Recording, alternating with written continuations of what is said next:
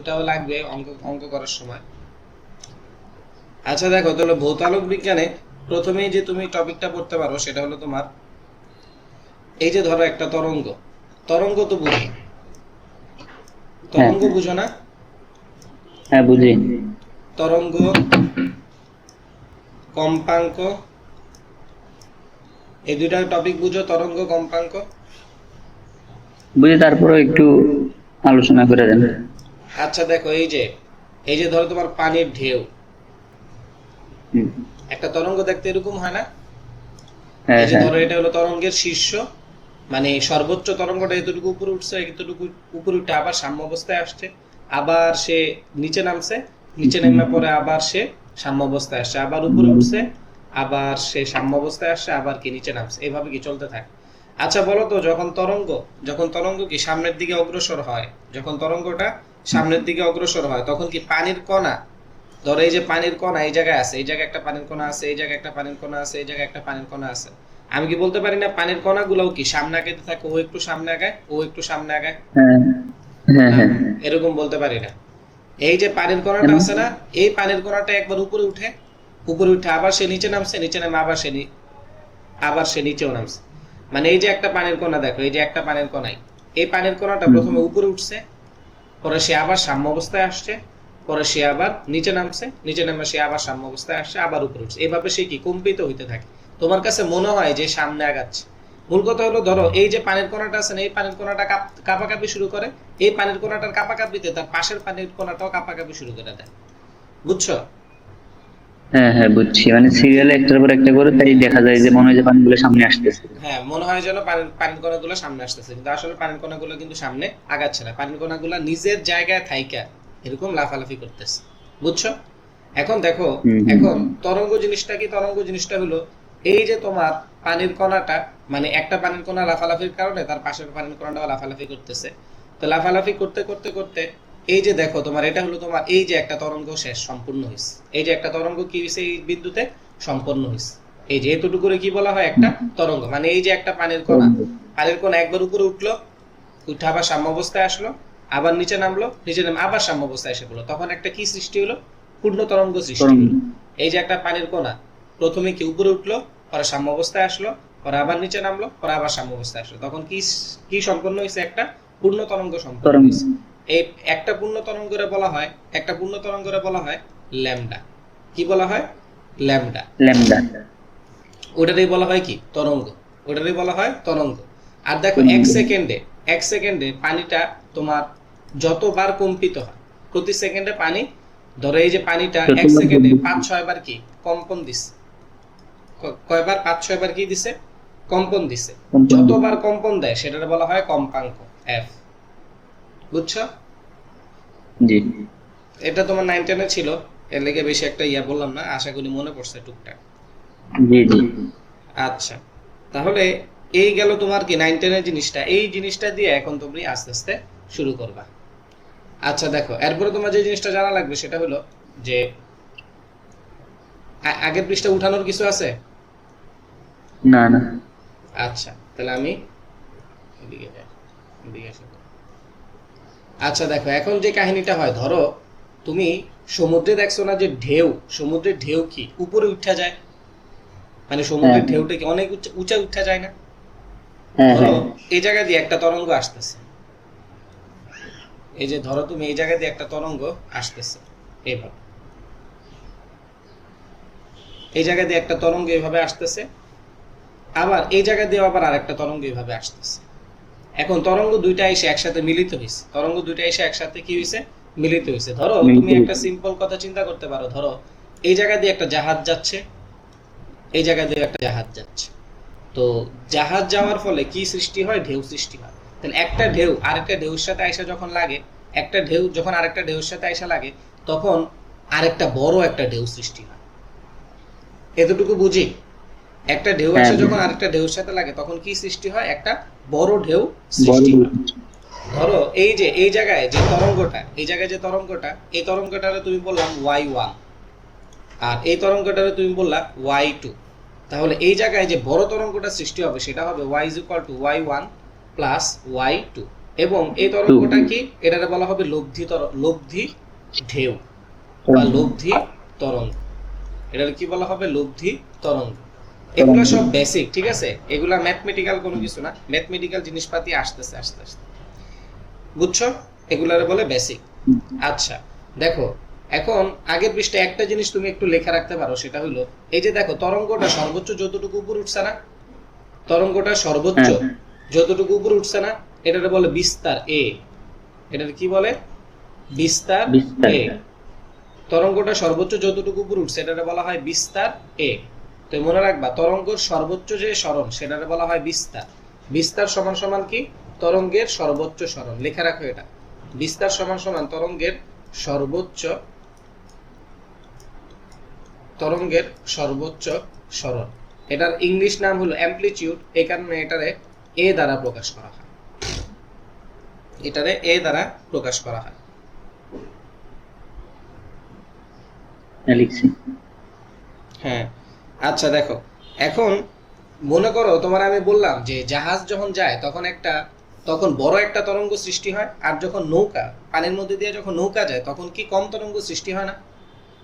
হ্যাঁ এখন আমি কি বলতে পারি যখন জাহাজ যায় তখন বড় বড় ঢেউ সৃষ্টি হয়? আসলে যখন জাহাজ যায় তখন বড় বড় ঢেউ সৃষ্টি হয়, এরকম বড় বড় ঢেউ সৃষ্টি হয়। আর যখন নৌকা যায় তখন এরকম ধরো ছোট ছোট ঢেউ সৃষ্টি হয়। এখন যদি তোমার আমি বলি যে কোন তরঙ্গের শক্তি বেশি, দেখো পানি যে ঢেউ সৃষ্টি করতেছে এটা একটা তরঙ্গ না? হুম হুম আমি যদি তোমারে বলি কোন তরঙ্গের শক্তি বেশি, কোন তরঙ্গের শক্তি বেশি, তখন তুমি বলবা যে তরঙ্গের অ্যামপ্লিটিউড বেশি, মানে এই যে এই বিস্তারটা বেশি। তরঙ্গ। যে তরঙ্গের হ্যাঁ কি বেশি? এই যে বিস্তারটা বেশি, তার অ্যামপ্লিটিউড বেশি, তার শক্তি বেশি। আর তরঙ্গের যে শক্তি সেটারে বলা হয় ইন্টেন্সিটি। তরঙ্গের শক্তিরে কি বলা হয়? Intensity. I for intensity. Intensity. Intensity. তো মনে রাখবা যে কোন একটা তরঙ্গের শক্তি বেশি নাকি কম ওইটা নির্ধারণ করা হয় আই সমানুপাতিক এ স্কয়ার দ্বারা। তার মানে কোন একটা তরঙ্গের অ্যামপ্লিটিউড বা ওই যে বিস্তার যত বেশি হবে তার শক্তি, আর তরঙ্গের শক্তির কি বলা হয়? ইন্টেন্সিটি। তার ইন্টেন্সিটিও তত বেশি হবে, বেশি তার হবে। তার ইন্টেন্সিটিটাও তত বেশি হবে। এগুলো আসলে এমসিকিউর টপিক, ছোট ছোট টপিক। এগুলো যদি না পারো তাহলে দেখবা পরে অধ্যায়টা পড়ে বেশি একটা ভালো লাগতেছে না আর কি।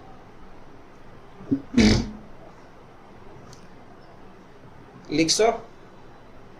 হ্যাঁ আচ্ছা।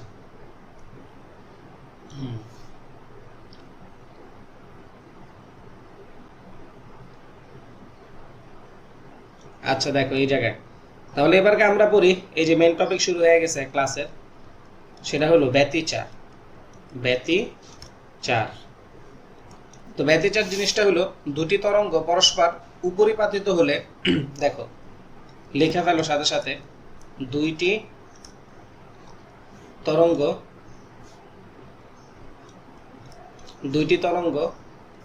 পরস্পর উপরিপাতিত হলে, দুটি তরঙ্গ পরস্পর উপরিপাতিত হলে কোথাও তীব্রতা বৃদ্ধি পায়, কোথাও তীব্রতা হ্রাস পায়।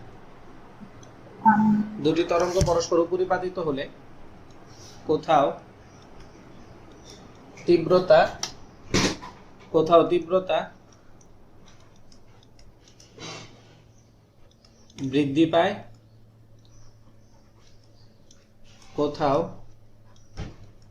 কোথাও তীব্রতা হ্রাস পায়। দুটি তরঙ্গ পরস্পর উপরিপাতিত হলে কোথাও তীব্রতা বৃদ্ধি পায়, কোথাও তীব্রতা হ্রাস পায়। তরঙ্গের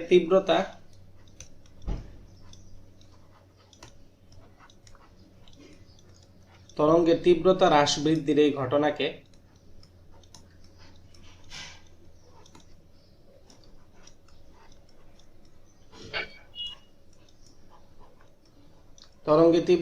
বৃদ্ধির এই ঘটনাকে ব্যতিচার বলে।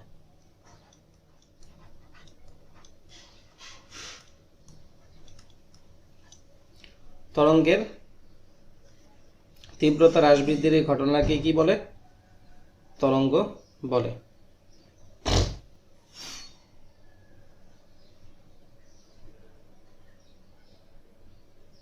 হ্যাঁ তুলছি। আচ্ছা, এখন দেখো এই জিনিসটা কি, ধরো তোমার একটা জায়গায় দুটা তরঙ্গ উপরিপাতিত হয়েছে, ওই যে একটু আগে যেটা দেখেছিলাম ওইটাই। এই জায়গা দিয়ে ধরো একটা তরঙ্গ আসতেছে, এই জায়গা দিয়ে ধরো কি হইতেছে, আর একটা তরঙ্গ আসতেছে, দুইটা তরঙ্গ আসতেছে। দুইটা তরঙ্গ আসার কারণে কি হয়, তোমার উপরি মানে একটা তরঙ্গ আরেকটা তরঙ্গের উপর কি হইছে, উপরিপাতিত হইছে। একটা তরঙ্গ আরেকটা তরঙ্গের উপরে কি হইছে, উপরিপাতিত হইছে। এটা যদি হয় y1, এটারে বললাম y2, তখন ওই জায়গা থেকে কি পাওয়া যায়, একটা লব্ধি তরঙ্গ পাওয়া যায়, y সমান y1 প্লাস y2। এটা আমরা আগেও লিখছি। কিন্তু এই জায়গা থেকে একটা জিনিস তোমার বুঝতে হবে, এই জায়গায় কি হইছে, উপরিপাতিত হইছে। তাহলে উপরিপাতিত হওয়ার ঘটনাটা তোমার আমি আরেকটু ভালো করে ব্যাখ্যা করি, তাহলে তোমার জন্য ভালো হবে। এই যে উপরিপাতনের যে ঘটনাটা, দেখো উপরিপাতনের ঘটনাটা আরেকটু ব্যাখ্যা করি। তো উপরিপাতনের ঘটনাটা হলো এরকম, ধরো এই জায়গায় তুমি একটা ঢিল মারছো, প্রোটন একটা ফেলছি, ধরো এই জায়গায় তুমি একটা ঢিল মারছো,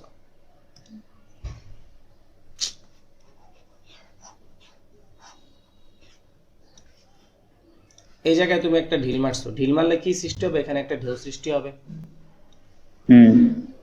একটা ঢিল মারলে এখানে এরকম এরকম কি সৃষ্টি হবে, একটা ঢেউ সৃষ্টি হবে, একটা ঢেউ সৃষ্টি হবে। তুমি এগুলা লেখো কিন্তু, নাহলে পরে দেখবা বেসিকটা বুঝতে অসুবিধা হইতেছে।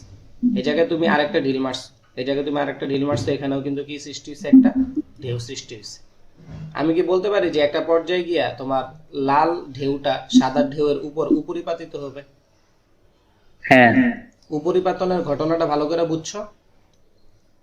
হ্যাঁ বুঝছি। এই যে একটা ঢেউ আর একটা ঢেউর উপর কি হয়েছে, উপরিপাতিত হয়েছে। এখন তুমি যদি পানির দিকে তাকাও, তুমি যদি পানিতে তাকাও, যখন তুমি দেখবা একটা ঢেউ আর একটা ঢেউর উপর উপরিপাতিত হয়েছে, যখন তুমি দেখবা একটা ঢেউ আর একটা ঢেউর উপর উপরিপাতিত হয়েছে, তখন দেখবা যে এই যে দেখো এই জায়গা দিয়ে এরকম তরঙ্গ দেখা যাচ্ছে, এরপরে তরঙ্গ দেখা যাচ্ছে না, আবার তরঙ্গ দেখা যাচ্ছে, আবার তরঙ্গ দেখা যাচ্ছে না, আবার তরঙ্গ দেখা যাচ্ছে, আবার তরঙ্গ দেখা যাচ্ছে। এই জিনিসটা তুমি চাইলে তোমার বাসায় যে তুমি যে বাথরুমে যে বালতিতে পানি রাখো, ওই পানির মধ্যেও এক্সপেরিমেন্টটা করতে পারো। তুমি কি করবা, যে তুমি পানিতে কন্টিনিউয়াসলি দুই হাত দিয়া সেম বলে থাপ্পড় দিতে থাকবা, ঠিক আছে? তখন দেখবা একটা ঢেউ সৃষ্টি হয়েছে, বুঝছো? মানে দুই হাত দিয়া দুই পাশে, দুই হাত দিয়া দুই পাশে কি করতে থাকবা, এইভাবে থাপ্পড় দিতে থাকবা। এই যে ধরো বালতিটা, এই যে ধরো তোমার বালতিটা, এই বালতির মধ্যে তুমি কন্টিনিউয়াসলি থাপ্পড় দিতে থাকবা।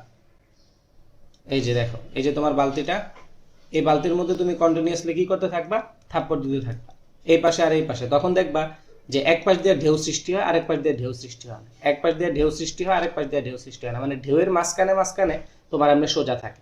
এই যে ঢেউ, ঢেউয়ের মাঝখানে মাঝখানে কি থাকে, এরকম সোজা থাকে, বুঝছো?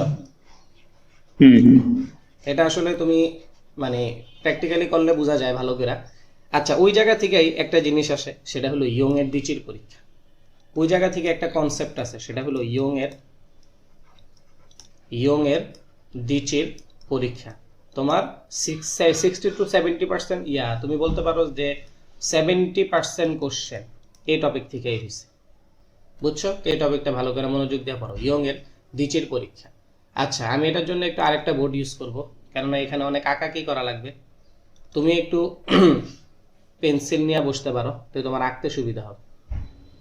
এখানে একটু আইকে আইকে পড়া লাগবে। তাহলে লেখো, টপিকের নাম লেখো ইয়ং এর দ্বিচির পরীক্ষা। ইয়ং এর দ্বিচির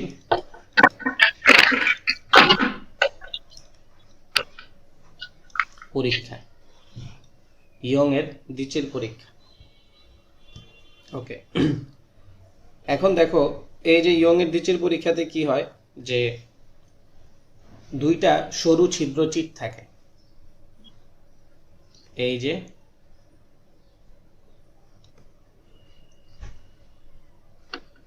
এই যে দেখো, তাহলে এই যে এই জায়গা দিয়ে কি আছে, একটা সরু ছিদ্র আছে। এই যে একটা ছিদ্র, এই যে একটা ছিদ্র, দেখতেছো? এটা কিন্তু খুবই সূক্ষ্ম মানের কি একটা ছিদ্র। এটাকে বলে কি, সরু ছিদ্র বা দ্বিচির। কি বলে এটারে? চির বলে, বুঝছো? এই ছিদ্রটারে কি বলা হয়? চির বলা হয়।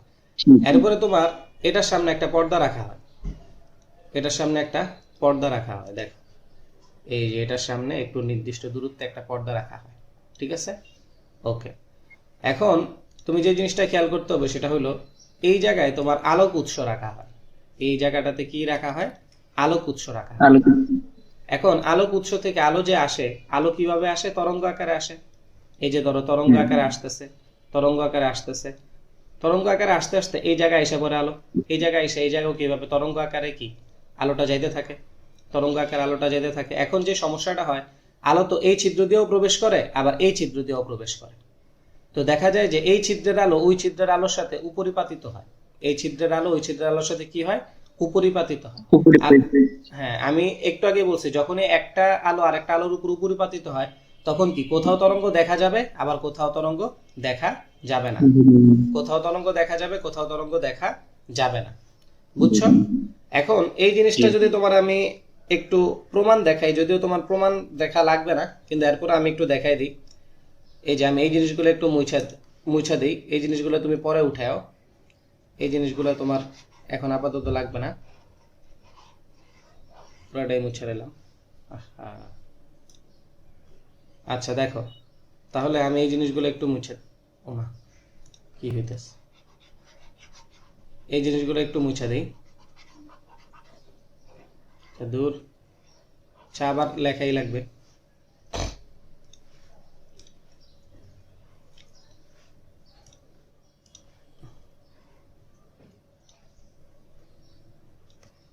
এরকম দুইটা কি ছিল, চিট ছিল। আচ্ছা দেখো, এখন ধরো ধরো তোমার এই যে এই বিন্দুটাতে, আচ্ছা আগে তুমি কনসেপ্টটা বুঝো। আমি কি বলছি, একটা তরঙ্গ যখন আরেকটা তরঙ্গের উপর উপরিপাতিত হবে, একটা তরঙ্গ যখন আরেকটা তরঙ্গের উপর কি হবে, উপরিপাতিত হবে, তখন আমি কি বলছি, কোথাও তরঙ্গ দেখা যাবে কোথাও তরঙ্গ দেখা যাবে না। এখন দেখো এই জায়গায় যে কাহিনীটা হয় সেই কাহিনীটা একবারে বলে দিই, এরপরে তোমারে আবার আরেকটা জিনিস বুঝাচ্ছি। দেখো তাহলে এই জায়গায় তুমি আরেকটা লাইন আঁকতে পারো, এইভাবে আরেকটা লাইন আঁকতে পারো, এই যে ওকে। এরপরে তোমার এই যে দিক দিয়ে, এখন দেখো এই যে এটা হলো কি সেন্টারটা না, দেখো তো এই যে একদম সেন্টার, একদম সেন্টার এটা। এই কেন্দ্রে, এই যে কেন্দ্রতে তুমি তরঙ্গ দেখতে পারবা, তরঙ্গ দেখতে পারবা মানে ধরো একটা তরঙ্গ আরেকটা তরঙ্গের উপর উপরিপাতিত হয়েছে, একটা তরঙ্গ আরেকটা তরঙ্গের উপর উপরিপাতিত হওয়ার পরে কোথাও তরঙ্গ সৃষ্টি হবে কোথাও তরঙ্গ সৃষ্টি হবে না। মূল কথা হলো যেখানে তরঙ্গ সৃষ্টি হবে না সেখানে তুমি কোনো আলো দেখতে পাবা না, আর যেখানে তরঙ্গ সৃষ্টি হবে সেখানে তুমি আলো দেখতে পাবা। বুঝছো কাহিনীটা? যেখানে তরঙ্গ সৃষ্টি হবে সেখানে তুমি আলো দেখতে পাবা, যেখানে সৃষ্টি হবে না সেখানে আলো দেখতে পাবা না। আগে তুমি এরকম একটা বক্স আঁকাও, আগে তুমি এরকম একটা বক্স আঁকাও, সুন্দর করে বক্সটা আঁকাও, সবগুলো সূত্র কিন্তু এই জায়গায় একবারে লিখে দিব।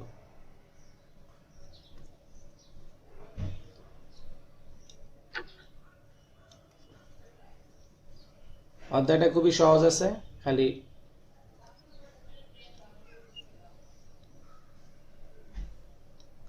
ওকে। তাহলে দেখো এই জায়গায় যে কাহিনীটা হয়, এই জায়গাটাতে তুমি আলো দেখতে পাও, এই জায়গাটাতে কি হয়, তুমি আলো দেখতে পাও। এই যে জায়গাটা আমি ভরাট করে দিলাম, এই জায়গাটাতে তুমি আসলে আলো দেখতে পাও, এই যে আলো দেখা যাচ্ছে, এই জায়গাটাতে আলো দেখা যাচ্ছে। ওই যে একটা তরঙ্গ আর একটা তরঙ্গের উপর উপরিপাতিত হলে কোথাও তরঙ্গ সৃষ্টি হয় কোথাও তরঙ্গ সৃষ্টি হয় না। এই যে এই জায়গাটা দিয়ে কি দেখা যাচ্ছে, আলো দেখা যাচ্ছে। এটার উপরের অংশই তুমি দেখবে আলো দেখা যাচ্ছে না, এরপরে আবার দেখবে আলো দেখা যাচ্ছে, এরপর আবার দেখবে আলো দেখা যাচ্ছে, এরপর আবার দেখবে এরকম আলো দেখা যাচ্ছে। মানে এক জায়গায় আলো দেখা যাবে, একটাতে আলো দেখা যাবে আর একটাতে আলো দেখা যাবে না, একটাতে আলো দেখা যাবে আর একটাতে আলো দেখা যাবে না। আচ্ছা দেখো, তুমি একটু আগে ব্যতিচারের একটা সংজ্ঞা লিখছিলে না, ব্যতিচারের সংজ্ঞা কি? একটা তরঙ্গ যখন আরেকটা তরঙ্গের উপর উপরিপাতিত হয় তখন কোথাও তীব্রতা বৃদ্ধি পায় কোথাও তীব্রতা হ্রাস পায়।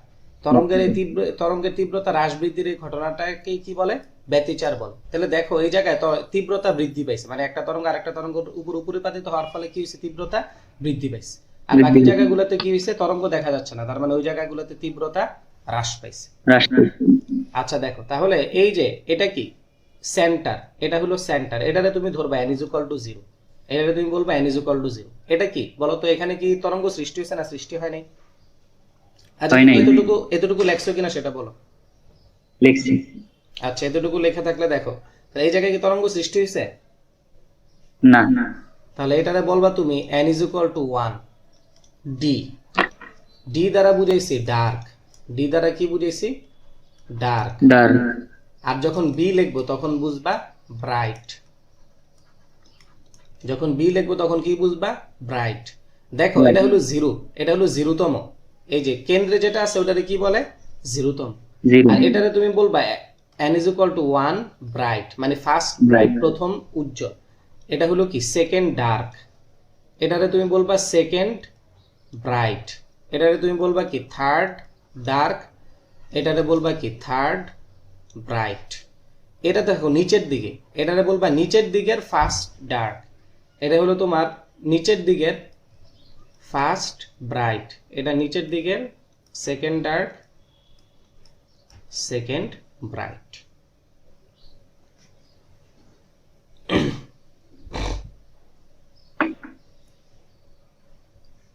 বুঝছি। বুঝছো? আচ্ছা, হুম এবারকা দেখো তুমি, এবারকা দেখো, এই যে দেখো, এই যে তোমার এটা কি, এটা হলো তোমার ওই যে দুইটা ছিদ্র রাখা হয়েছে না এই জায়গায়, এই যে দুইটা ছিদ্র, হুম এই যে দুইটা ছিদ্র, মনে রাখবা এই যে দুইটা হুম ছিদ্র আছে, এই ছিদ্র দুইটার মধ্যবর্তী যে দূরত্ব, এই জায়গায় যে ছিদ্র দুইটা আছে, ছিদ্র দুইটার মধ্যবর্তী দূরত্ব হলো এ। এই দুই ছিদ্র দুইটার মধ্যবর্তী দূরত্ব কত? এ। আর এই যে এটা থেকে এই যে পর্দা আছে না, এই পর্দার মধ্যবর্তী দূরত্ব হলো ডি। দুইটা ছিদ্রের মধ্যবর্তী বা দুইটা চিরের মধ্যবর্তী দূরত্ব হলো এ, আর যে পর্দা, এই পর্দার মধ্যবর্তী দূরত্বটা হলো, পর্দা থেকে চিরের মধ্যবর্তী দূরত্ব হলো ডি, পর্দা থেকে চিরের মধ্যবর্তী দূরত্ব হলো ডি। ডি। আচ্ছা দেখো এই জায়গায়, এই যে এই জায়গাটায় দেখো, এই যে এই জায়গাটায়, এই যে এই যে এটারে তুমি কি বলতে পারো? এটা হলো অন্ধকার। এখান দিয়ে যদি আমি সাদা আলো দিয়ে দিই তখন এটা কি? ব্রাইট। তাহলে অন্ধকার হোক আর ব্রাইট হোক, যেটাই হোক, এটারে বলা হয় একটা ডোরা। এটারে কি বলা হয়? একটা ডোরা। বুঝছো? হুম ওকে, এটারে বলা হয় একটা ডোরা। তো তুমি একটা কাজ করো, এই যে চিত্রটা আছে না, এই যে এই চিত্রটা, এই চিত্রটা তুমি একটু আবার আঁকো, খালি এই যে এই অংশটা আবার একটু আঁকো, কষ্ট করে আবার আঁকো, এই এই অংশটা খালি আবার আঁকো। হুম, একটু ভালো করে আঁকো, কেননা এই জায়গায় তোমার সবগুলো সূত্র একসাথে লিখে দেওয়া হবে, তো তোমার বুঝতে আর কোনো অসুবিধা হবে না। মানে সূত্রটা রিকল করতে কোনো অসুবিধা হবে না, খালি চিত্রটা দেখবা, দেখবা সব সূত্র হয়ে গেছে।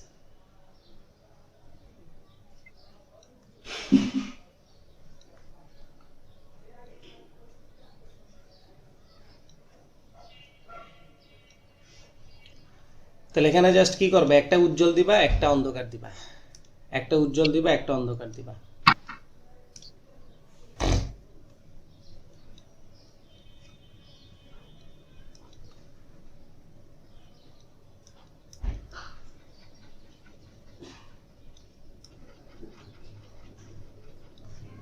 একটু ভালো করে দিও, সুন্দর করে, তাহলে তোমার খাতায় দেখতে সুন্দর দেখা যাবে। কেননা পরবর্তীতে তোমার খালি রিভিশন দিতে কাজে লাগবে এটা।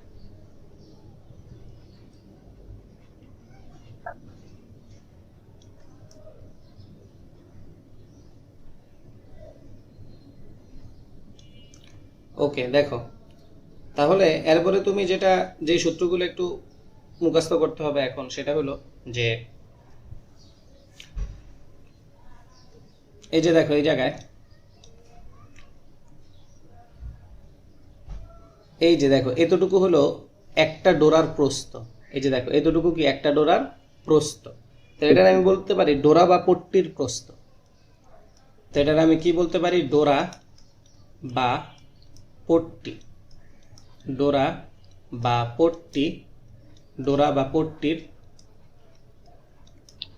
প্রস্থ, ডোরা বা পট্টির প্রস্থ। এরপরে দেখো এই যে দেখো একটা উজ্জ্বল, এটা কি অন্ধকার না? লেখছো তো এগুলা? হুম হুম এই যে দেখো এটা কি একটা অন্ধকার, এই অন্ধকারের কেন্দ্র, আর এটা কি উজ্জ্বল। অন্ধকারের কেন্দ্র থেকে উজ্জ্বলের কেন্দ্র পর্যন্ত, এটাকে আমি বলতে পারি পর পর একটা উজ্জ্বল আর একটা অন্ধকার। দেখো পর পর একটি উজ্জ্বল ও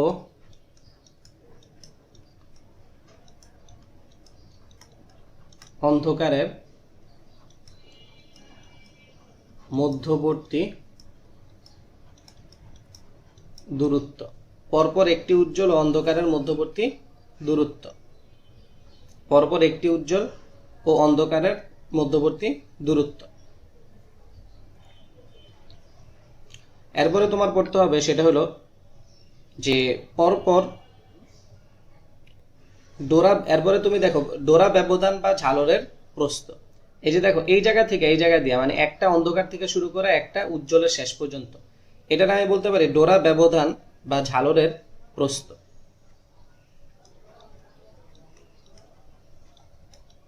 ডোরা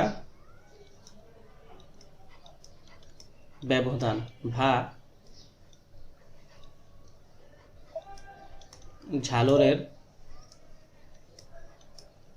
প্রস্থ। ডোরা ব্যবধান বা ঝালরের প্রস্থ।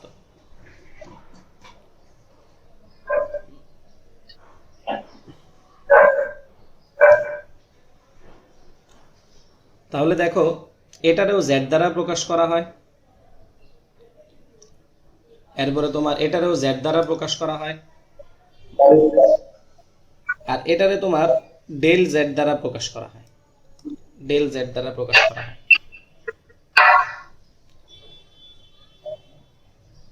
বুঝছো? এরপরে আরেকটা আছে সেটা হলো ধরো আমি যদি এটার বাংলাটা লিখে দেই যে পরপর দুটি উজ্জ্বল ডোরার কেন্দ্রের মধ্যবর্তী দূরত্ব, অথবা এই দিক দিয়ে দেখাও দেওয়া সম্ভব। এরকম দেখো এই যে পরপর দুইটি উজ্জ্বল ডোরার কেন্দ্রের মধ্যবর্তী দূরত্ব। তুমি ভালো করে বাংলাটা লিখে রাখো তাহলেই হবে যে পরপর দুইটি উজ্জ্বল ডোরার কেন্দ্রের মধ্যবর্তী দূরত্ব। পরপর দুইটি উজ্জ্বল ডোরার কেন্দ্রের মধ্যবর্তী দূরত্ব। এটারেও তোমার ডেল জেড দ্বারাই প্রকাশ করা হয়, ডেল জেড দ্বারা প্রকাশ করা হয়, ডেল জেড। পরপর দুটি উজ্জ্বল ডোরার কেন্দ্রের মধ্যবর্তী দূরত্ব। লেখা শেষ হয়েছে? আচ্ছা, তাহলে দেখো এখন তোমার সূত্রটা হলো এরকম, কিছু কয়েকটারে জেড দ্বারা প্রকাশ করা হয়, দেখো দুইটা জিনিসটা জেড দ্বারা প্রকাশ করা হয় আর দুইটা জিনিসটা ডেল জেড দ্বারা প্রকাশ করা হয়। তাহলে তুমি দেখো এই যে জেড ইজ ইকুয়াল টু হবে lambda D divided by 2a, আর del Z is equal to মনে রাখবা lambda D divided by a। বুঝছো? জেড ইজ ইকুয়াল টু হলো lambda D divided by 2a, আর del Z is equal to lambda D divided by a। কখন কি বলছে এই জিনিসটা একটু খেয়াল রাখবে, কখন কি বলছে এই জিনিসটা একটু খেয়াল রাখবা। বুঝছি বিষয়টা? হ্যাঁ বুঝছি। সূত্রটা না, এই যে দেখো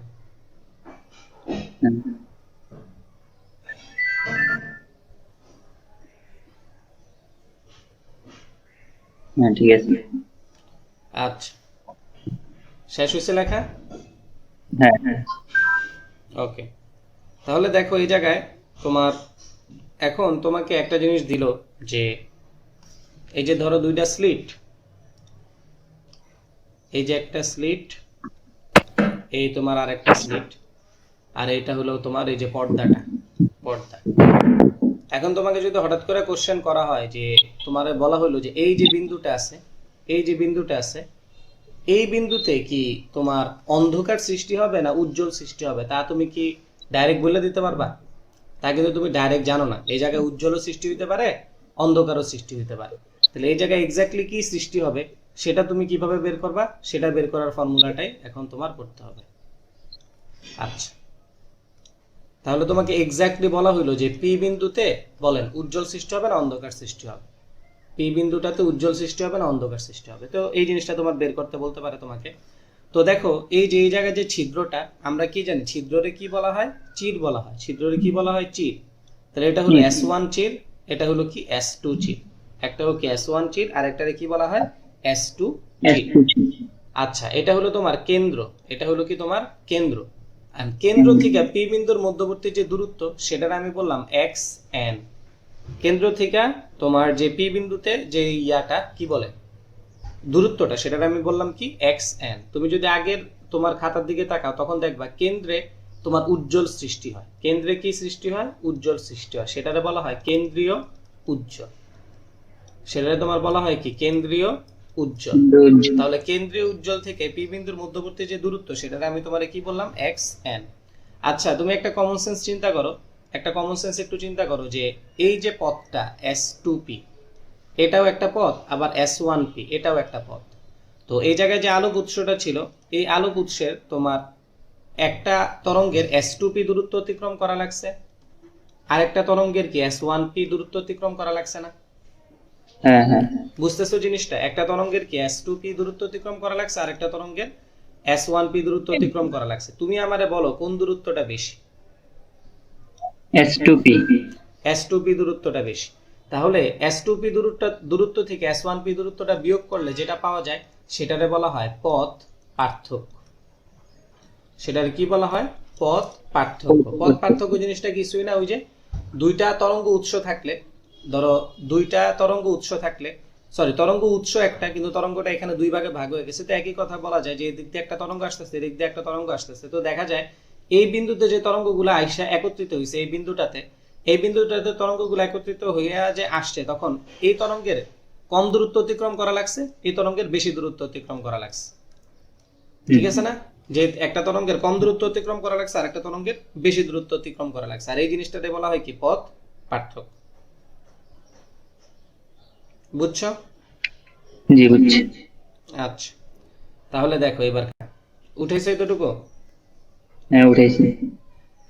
আচ্ছা দেখো, এখন তুমি একটা জিনিস একটু দেখো যে আমি কি বলছিলাম যে এই যে মধ্যবর্তী দূরত্বটা তোমার চিট থেকে কেন্দ্রের মধ্যবর্তী দূরত্বটারে কি দিয়ে প্রকাশ করছিলাম? X N. চিট থেকে কেন্দ্রের মধ্যবর্তী দূরত্ব এ দিয়ে প্রকাশ করছিলাম না, নাকি ডি? ডি দিয়ে ডি দ্বারা প্রকাশ করি। ডি দ্বারা প্রকাশ করছি, আর চিট দুইটার মধ্যবর্তী দূরত্বটা এ দ্বারা প্রকাশ করছিলাম। আচ্ছা আচ্ছা আচ্ছা, যাই হোক, এখন দেখো, এখন তুমি এই জায়গায় একটা ত্রিভুজ কল্পনা করো। দেখো এই জায়গাটাতে তুমি একটা ত্রিভুজ কল্পনা করো, এই যে তোমার এই জায়গাটাতে, এই যে দেখো এই জায়গাটাতে তুমি একটা ত্রিভুজ কল্পনা করতে পারো না? হ্যাঁ এই জায়গাটাতে একটা ত্রিভুজ কল্পনা করতে পারো। এই যে দেখো, এই যে এইভাবে গিয়া এবার এইভাবে কি সৃষ্টি হচ্ছে? একটা ত্রিভুজ সৃষ্টি হচ্ছে না, সমকোণী ত্রিভুজ। আচ্ছা দেখো, ত্রিভুজ ত্রিভুজ চিন্তা করা লাগবে না, তুমি ডাইরেক্ট একটু দেখো যে পি বিন্দুতে উজ্জ্বল সৃষ্টি হতে পারে, অন্ধকারও সৃষ্টি হতে পারে। পি বিন্দুতে কি কি সৃষ্টি হতে পারে? উজ্জ্বল সৃষ্টি হতে পারে, আবার অন্ধকারও সৃষ্টি হতে পারে। এখন এই যে পথ পার্থক্য, এই যে তোমার কি পথ পার্থক্য, এই পথ পার্থক্যটা তোমার X N is equal to N lambda D divided by A. এটা হলো সূত্র, X N is equal to N lambda D divided by A. এটা হলো তোমার কেন্দ্রীয় উজ্জ্বল থেকে কেন্দ্রীয় উজ্জ্বল থেকে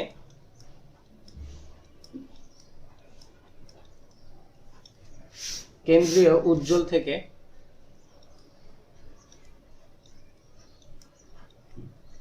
এনতম কেন্দ্রীয় উজ্জ্বল থেকে এনতম উজ্জ্বলের মধ্যবর্তী দূরত্ব। কেন্দ্রীয় উজ্জ্বল থেকে এনতম উজ্জ্বলের মধ্যবর্তী দূরত্ব। আচ্ছা বলো তো, পি বিন্দুতে অন্ধকারও সৃষ্টি হতে পারতো না? তাহলে অন্ধকার যদি সৃষ্টি হতো তখন তুমি এই সূত্রটা বসাইতে, x N is equal two 2n minus 1 n lambda, xn is equal to 2n minus 1 n lambda d divided by 2a, n lambda d divided by 2a, xn is equal to 2n minus 1 n lambda d divided by 2a। এটা হলো তোমার কেন্দ্রীয় উজ্জ্বল থেকে কেন্দ্রীয়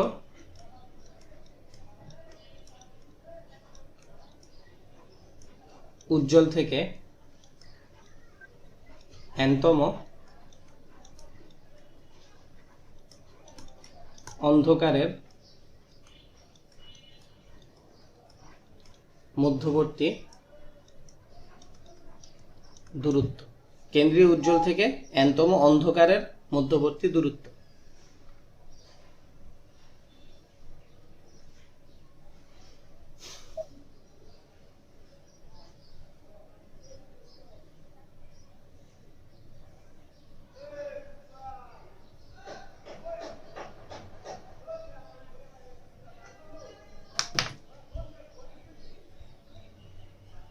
তুমি কি আসো না গেছো? আচ্ছা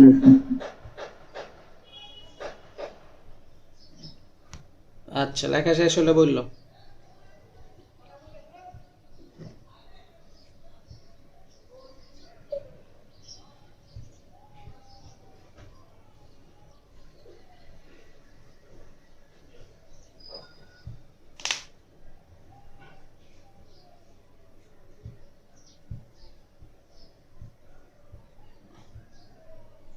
দেখছি। দেখছো? আচ্ছা, তাহলে সূত্রগুলা তুমি আবার ভালো করে দেখো, সবগুলো সূত্র একত্রিত করো। আরো দুই একটা সূত্র আছে, এগুলা পড়ায় পরে আমরা অঙ্কে যাচ্ছি।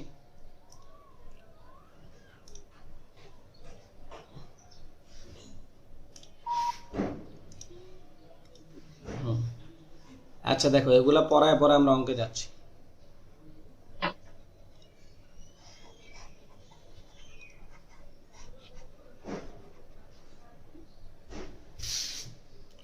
তো এরপরে আরেকটা, আবার একটু দেখো, আবার একটু আঁকা লাগবে। এবারকে আমি ফ্রি হ্যান্ড রাইটিংই করি। আর এই জায়গায় ওকে, তাহলে দেখো এই জায়গায় তোমার, এই যে ধরো তোমার পি বিন্দু, এখানে উজ্জ্বল সৃষ্টি হতে পারে, অন্ধকারও সৃষ্টি হতে পারে, আমরা তো আর জানি না। আর এই জায়গাও কি সেম, উজ্জ্বল সৃষ্টি হতে পারে, অন্ধকারও সৃষ্টি হতে পারে, তা আমরা জানি না। এখন যদি তোমার বলা হয় যে এই জায়গায়, আচ্ছা হলো না,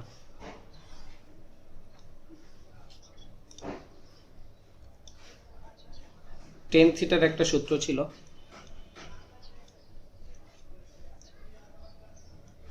এই জায়গাও সেম। এই যে ধরো এটা হলো কি তোমার কেন্দ্রীয় উজ্জ্বল, এটা হলো তোমার কি কেন্দ্রীয় উজ্জ্বল। এখন এই কেন্দ্রীয় উজ্জ্বল থেকে এই বিন্দুতে ধরো উজ্জ্বলও সৃষ্টি হতে পারে, অন্ধকারও সৃষ্টি হতে পারে। এখন আমরা কি ধরছি, কেন্দ্রীয় উজ্জ্বল থেকে এই যে পি বিন্দুর মধ্যবর্তী যে দূরত্বটা ছিল, কেন্দ্রীয় উজ্জ্বল থেকে পি বিন্দুর মধ্যবর্তী যে দূরত্বটা ছিল, সেটার আমরা ধরছিলাম কি এক্স এন। আর আমরা জানি যে তোমার এই যে চিট থেকে পর্দার মধ্যবর্তী দূরত্ব হলো ডি, আর এটার আমি বললাম থিটা। তাহলে আমি এই সূত্রটা বসাইতেই পারি যে tan theta is equal to X N divided by D. Tan theta is equal to কি X N divided by D. তো এটারে বলা হবে কৌণিক বিচ্যুতি বা কৌণিক সরণ। কৌণিক বিচ্যুতি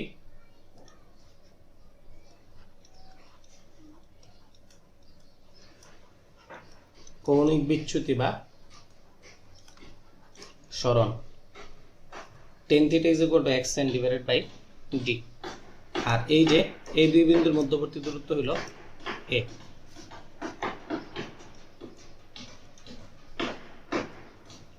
ওকে,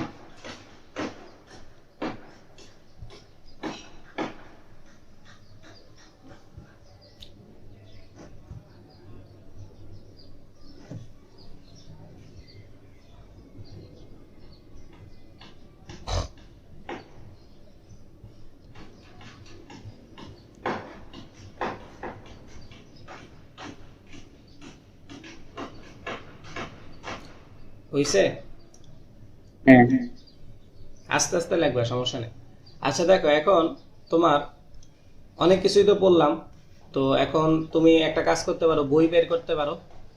তাহলে আমরা অঙ্ক করি। আচ্ছা, বই বের না করো, আরেকটা কাজ আমি তোমার জন্য করা যায়, সেটা হলো এরকম যে দেখি করা যায় কিনা, আনলে তোমার বই বের করা লাগবে। আচ্ছা হ্যাঁ,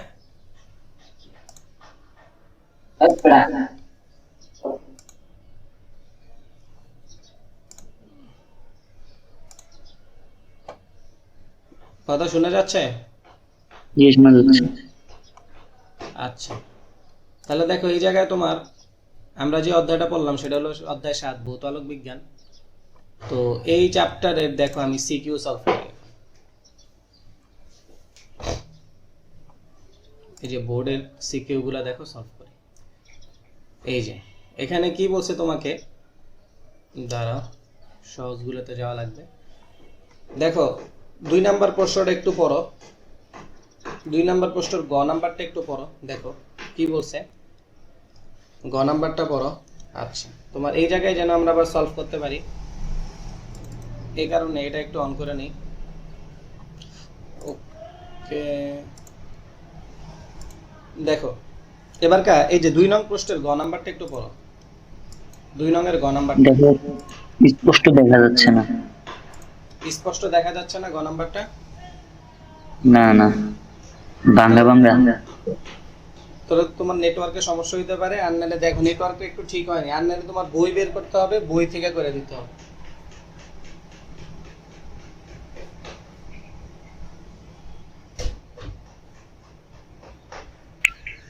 না, এই দেখা যায় না ক্লিয়ার, ছোট ছোট তো অক্ষরগুলো অনেক।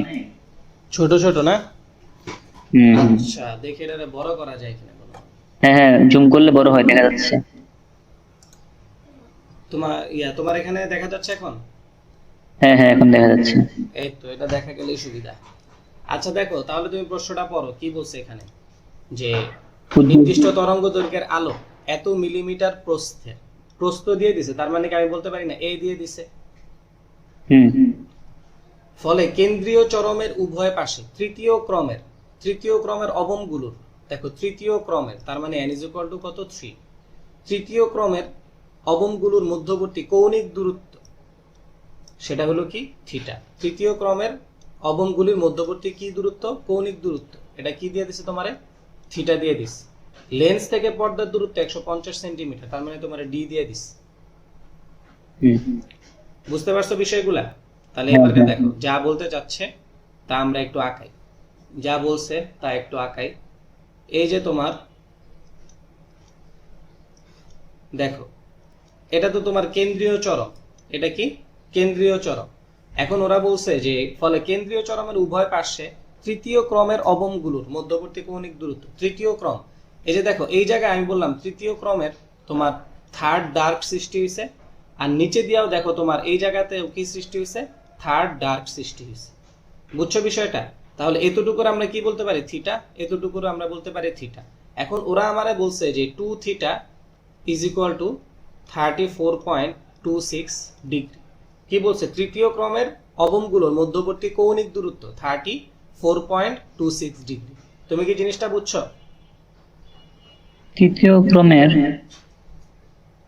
অমঙ্গলের মধ্যে দূরত্ব, আচ্ছা মানে মনে করেন যে 3D ধরছি নাকি, 3R ধরলে কি হবে? 3R। হ্যাঁ হ্যাঁ। আর কেন ধরবা তুমি? ডার্ক না, তৃতীয় ক্রমের অবম বলছে না, অবম মানে কি? অন্ধকার। ও আচ্ছা এগুলোও তো পড়া হয়নি। আচ্ছা দেখো যদি তোমারে বলে চরম, যদি তোমারে কি বলে চরম, তখন তুমি বুঝে নিবে এটা হলো উজ্জ্বল। এটা কি? উজ্জ্বল, অর্থাৎ কি আলো দেখা যাচ্ছে, আলো দেখা যাচ্ছে। যদি তোমারে বলা হয় অবম, অবম মানে হলো অন্ধকার। অবম মানে কি? অন্ধকার। বুঝছো? উজ্জ্বল মানে কি চরম, অবম মানে কি অন্ধকার। এই ইনফরমেশনটা দিতে ভুলে গেছিলাম। এবার কি ক্লিয়ার হইছো? আচ্ছা এখন দেখো তো তোমার এই জায়গায় তৃতীয় ডার্ক মানে তৃতীয় অন্ধকার বিন্দু, আর মানে তৃতীয় অন্ধকার বিন্দু দ্বয়ের কোণ মধ্যবর্তী কৌণিক দূরত্ব, মানে এই জায়গায় উপরেও তুমি কি 3 নাম্বার অন্ধকার পাবা, নিচের দিকেও কিন্তু তুমি 3 নাম্বার অন্ধকার পাবা। ওই দুইটা 3 নাম্বার অন্ধকারের মধ্যবর্তী দূরত্ব তোমারে বলছে 34.26 ডিগ্রি। বুঝছো বিষয়টা? আচ্ছা এবারকার দেখো তুমি তো এই যে যা দিছে তা তো তুমি পাইছো। এবারকার কি তুমি একটা সূত্র পারো না যে tan θ = xn / d? হ্যাঁ। এখন তোমার 2 θ সমান 34.26 ডিগ্রি দিছিল। 2 θ সমান কত দিছিল? 34.26 ডিগ্রি দিছিল না? হ্যাঁ। তাহলে তোমার 34.26 ডিগ্রি, তুমি তো ক্যালকুলেটর এখনো কিনো নাই না? না না। 34.26 ডিগ্রি / 2 = তাহলে এই জায়গায় তুমি একটা বাক্স পাবা। তাহলে এটা আমি বললাম বাক্স 1। আচ্ছা তাহলে দেখো এই জায়গায় তুমি আস্তে আস্তে পরে উঠাও, আগে বুঝো, অঙ্কটা একটু কঠিন আছে। তাহলে তুমি এই জায়গায় বলতে পারো যে 10 বাক্স 1 ইজ ইকুয়াল টু, দেখো এই যে xn কি বলতো? xn হচ্ছে উজ্জ্বল থেকে 3D পর্যন্ত, কেন্দ্র থেকে 3D পর্যন্ত দূরত্ব। দূরত্ব। এটা কি অন্ধকারের জন্য একটা সূত্র ছিল, উজ্জ্বলের জন্য একটা সূত্র ছিল না? এই জায়গায় কিন্তু অন্ধকারেরটা বসবে। অন্ধকারেরটা কি? 2n-1 lambda D divided by 2a, আর নিচেও আবার কি বসবে? ডি বসবে। নিচেও কি বসবে? ডি বসবে। তাহলে দেখো তোমার কাছে কিন্তু সবকিছুই দেওয়া আছে, তোমার বের করতে বলছে জাস্ট কি? ল্যামডাটা বের করতে বলছে। তোমার এই জায়গা থেকে বের করতে বলা হয়েছে জাস্ট ল্যামডাটা বের করতে বলা হয়েছে। ঠিক আছে, জাস্ট ল্যামডাটা বের করতে বলা হয়েছে। তাহলে এই জায়গায় দেখো, আর n এর ভ্যালু কত? n এর ভ্যালু 3 দিয়ে দিছে, d এর ভ্যালু দিছে, আর এই d কাটাকাটি চলে যাবে আসলে। a এর ভ্যালু দিয়ে দিছে তোমাকে, থিটার ভ্যালু তুমি পাইছো, জাস্ট কিসের ভ্যালুটা বের করতে হবে? ল্যামডার ভ্যালুটা বের করতে হবে। পারবা? এই 10টা কাটবো কিভাবে? 10 এর মধ্যে 10 তো 10 থিটা বসাই দিবে না? থিটার ভ্যালু বসালে এখান থেকে একটা ভ্যালু আইসা পড়বে, ধর 0 পয়েন্ট সামথিং একটা ভ্যালু আইসা পড়বে। তো বুঝো নাই? এই জায়গা থেকে যে থিটার একটা ভ্যালু পাইছো না, ওই ভ্যালুটা এখানে বসাই দিবা, তখনই তো 10 এর একটা ভ্যালু আইসা পড়বে। 10 এর ওই ভ্যালুটা ক্যালকুলেটরে করব নাকি? হ্যাঁ, বসালে তো দেখবা 0 পয়েন্ট সামথিং এই টাইপের কিছু একটা আসে। এরপরে তো ঠিক আছে, ওটা তো আর ভ্যালু নাই।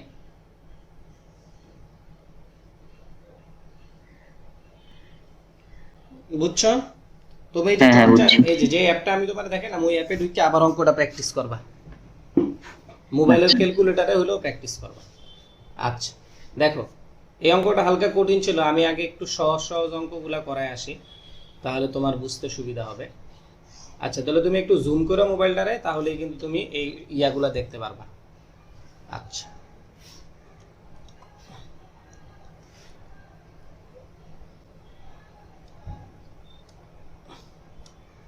একটু নিচের দিকে নামি।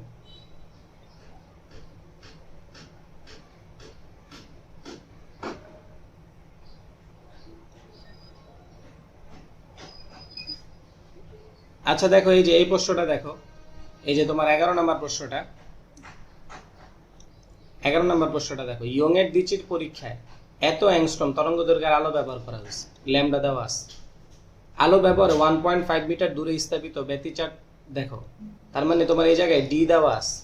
পর্দায় ব্যতিচার সজ্জা সৃষ্টি হলো, ব্যতিচার সজ্জা মানে কি? একটা উজ্জ্বল একটা অন্ধকার, এগুলা সৃষ্টি হলো। চিট দেওয়ার মধ্যবর্তী দূরত্ব 1 মিলিমিটার, তার মানে এও দেওয়া আছে। তোমারে বলছে প্রথম উজ্জ্বল ডোরার কৌণিক বিস্তার নির্ণয় করতে বলছে, প্রথম উজ্জ্বল ডোরার কৌণিক বিস্তার নির্ণয় করতে বলছে। তাহলে সিম্পল, এই জায়গায় তোমার এটা কি? কেন্দ্রীয় উজ্জ্বল। কেন্দ্রীয় উজ্জ্বল থেকে তোমার এই জায়গায় যে প্রথম যে উজ্জ্বলটা সৃষ্টি হয়েছে, এটার কৌণিক বিস্তার 10 থিটা বের করতে বলছে। তাহলে তুমি simple 10 theta is equal to কি? xn ডিভাইডেড বাই d, এই সূত্র বসাবা। এরপরে তুমি ওই জায়গা থেকে কি xn এর ভ্যালু কোনটা বসাবা? xn এর ভ্যালু বসাবা তুমি, দেখো xn সমান সমান বসাবা n lambda d divided by a, নিচে অলরেডি d ছিল, d আর d কাটাকাটি চলে যাবে, তখন ultimately n lambda divided by a থাকবে, n lambda divided by a থাকবে। এই জায়গায় n এর ভ্যালু হলো 1, ল্যামডার ভ্যালু তোমার কত দিছে? 5890 অ্যাংস্ট্রম। তাহলে 5890 ইনটু 10 ইনভার্স 10, এটাতে কিসে নিতে হবে? মিটারে নিতে হবে। এর ভ্যালু তোমারে দিছে 1 মিলিমিটার, তাহলে তুমি বসাবা 1 ইনটু 10 ইনভার্স 3 মিটার। বুঝতে পারছো? এখন এই একটা জিনিস, xn এর তো দুইটা সূত্র, কোন জায়গায় কোনটা বসবে সেটা বুঝবো কিভাবে? উজ্জ্বলের জন্য বসবে এটা xn সমান n lambda d divided by a, আর অন্ধকারের জন্য বসবে 2n-1, লিখেই তো দিছে। উজ্জ্বলের জন্য একটা বসবে, অন্ধকারের জন্য আরেকটা বসবে। তোমার এই জায়গায় বলে দিছে না উজ্জ্বল, কই প্রথম উজ্জ্বল বলছে না? উজ্জ্বলের জন্য উজ্জ্বলটা বসবে, অন্ধকারের জন্য অন্ধকারেরটা বসবে। আচ্ছা এখানে যদি তোমার মনে হয় কিছু উঠানো লাগবে উঠাও, আমি আসছি। না উঠানো লাগবে না, থেকে প্র্যাকটিস করুন। হ্যাঁ উঠানো লাগবে না, এখান থেকে প্র্যাকটিস করে নিব, সূত্রগুলো তোলা আছে সব। হ্যাঁ প্র্যাকটিস করো, কিন্তু আমি জাস্ট তোমারে দেখাই দিচ্ছি। এরপরে যদি মনে হয় যে কোনো ইনফরমেশন তোমার কাছে নিউ লাগতেছে, ওইটা খালি উঠায় রাখো, আর নাইলে তুমি এই জায়গায় ঢুকবে। এই যে প্রশ্ন নাম্বারগুলো খেয়াল রাখো, আমি 11 নাম্বার বলছি না, 11 নাম্বার খেয়াল রাখো, এই প্রশ্নগুলো তুমি সলভ করবে। আচ্ছা দেখো, এরপরে দেখো, চির পর্দার অবস্থান অপরিবর্তিত রেখে দশম উজ্জ্বল ডোরার অবস্থানে 15তম অন্ধকার ডোরা সৃষ্টি করা যাবে কিনা। আচ্ছা, এই প্রশ্নগুলো আমরা আপাতত অ্যাভয়েড করার ট্রাই করব কিনা ভাবতেছে। চির পর্দার অবস্থান অপরিবর্তিত রেখে দশম উজ্জ্বল ডোরার অবস্থানে 15তম অন্ধকার ডোরা সৃষ্টি করা যাবে কিনা সেটা তোমার কাছে জানতে চাওয়া হয়েছে। আচ্ছা দেখো, তুমি বুঝো কিনা, এটা তোমার লাগে একটু কঠিন হয়ে যেতে পারে। দেখো, চিরের অবস্থান আর ডোরার অবস্থান তুমি অপরিবর্তিত রাখবা, মানে তুমি এ আর ডি এগুলার ভ্যালু চেঞ্জ করবা না, এগুলা যা আছে তাই রাখবা। এখন তোমার যে জিনিসটা বলা হয়েছে সেটা হলো যে তোমার দশম উজ্জ্বল ডোরা যে অবস্থানে সৃষ্টি হয়, কথার কথা তুমি ধরে নাও এই জায়গায় দশম উজ্জ্বল ডোরা সৃষ্টি হইতো, এই জায়গায় কি দশম ব্রাইট সৃষ্টি হইতো। এখন তুমি চাচ্ছ যে এই জায়গায় এই জায়গায় 15 নাম্বার ডার্ক সৃষ্টি করতে, এই জায়গায় কি সৃষ্টি করতে, 15 নাম্বার ডার্কটা সৃষ্টি করতে, বুঝছো? এখন দেখো, এই যে জায়গাটা আছে না, এই জায়গার মধ্যবর্তী দূরত্ব কি xn, এটার মধ্যবর্তী দূরত্ব কত xn। এখন xn এর সূত্র কয়টা? দুইটা। একটা কিসের জন্য? উজ্জ্বলের জন্য, আর একটা কিসের জন্য? ব্রাইটের জন্য। এখন এই কালিটা কি দেখা যায় ঠিকঠাক মতো? এটা দিয়েই লিখি। দেখো তোমার এই যে xn, আমরা দুইটা সূত্র জানি, একটা হলো xn = n lambda d divided by a। বলো এটা কি উজ্জ্বলের জন্য না অন্ধকারের জন্য?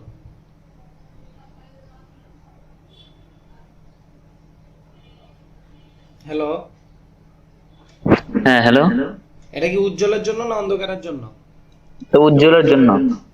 অন্ধকারের জন্যটা কোনটা? xn =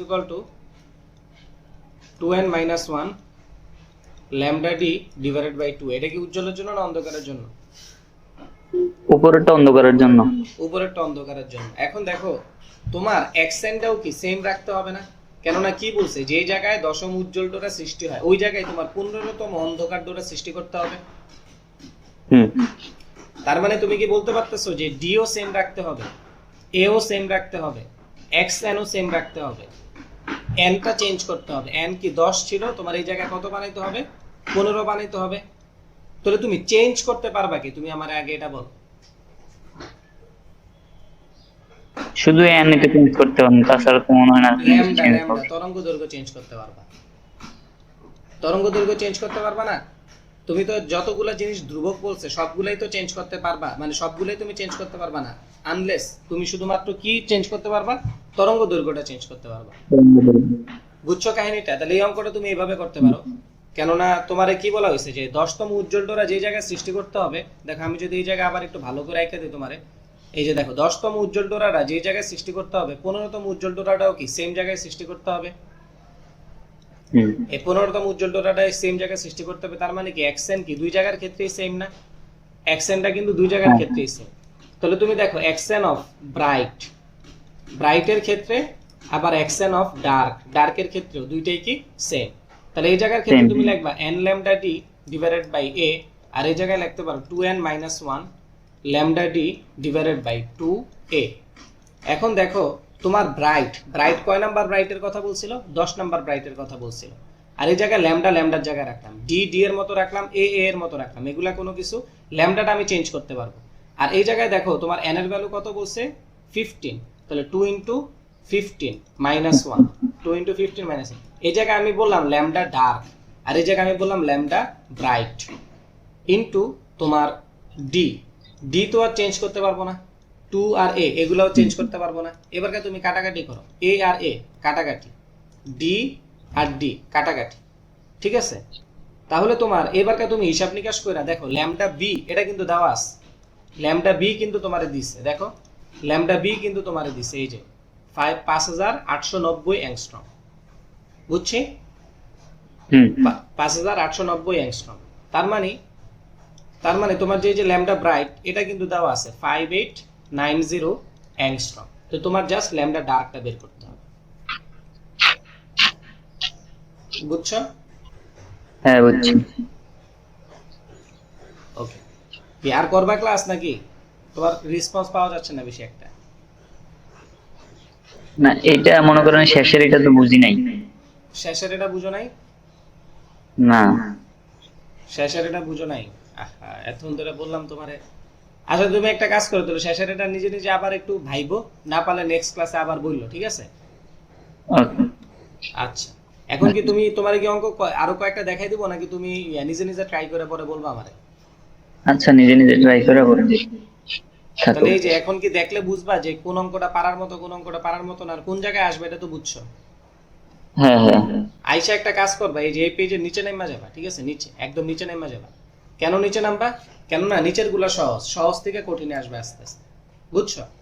সহজ থেকে আস্তে আস্তে কোথায় আসবে? কঠিনে আসবে। তুমি ট্রাই করবা এই যে তোমার একদম 21 সাল থেকে শুরু করা, সেকেন্ড পেজে যাও, সেকেন্ড পেজে যাও 21 সালগুলা থেকে শুরু করবা, ঠিক আছে? 21, 22, 23, 24 এমনি সিরিয়াল বাই সিরিয়াল আস্তে আস্তে আসবে, বুঝছো বিষয়টা? আচ্ছা 21 থেকে শুরু করবা, শুরু করে দেখবা কোনটা পারতেছো কোনটা পারতেছো না। সিকিউ প্র্যাকটিস না করলে পড়ালেখা সবই ফাও। আচ্ছা ঠিক আছে। আর ওই যে কারেন্ট গেলে তোমার ওই মোবাইলে আর কি হোয়াটসঅ্যাপে ভিডিও ওই স্ক্রিন শেয়ার করে ক্লাস করবো আর কি। আচ্ছা ঠিক আছে। আচ্ছা।